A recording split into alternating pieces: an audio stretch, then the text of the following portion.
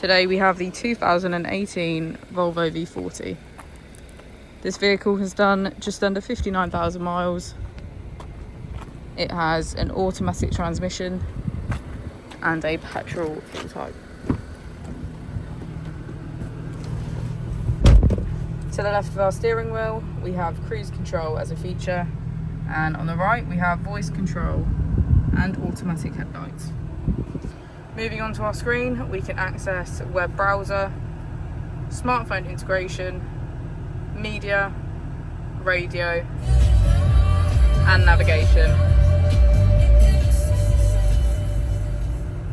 If we put the vehicle into reverse,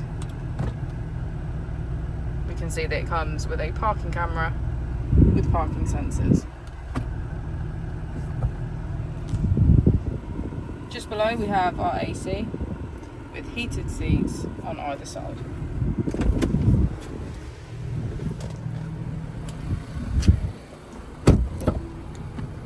As we go into the back of the vehicle, we can see that it has a full leather black interior and get a good view of our panoramic roof.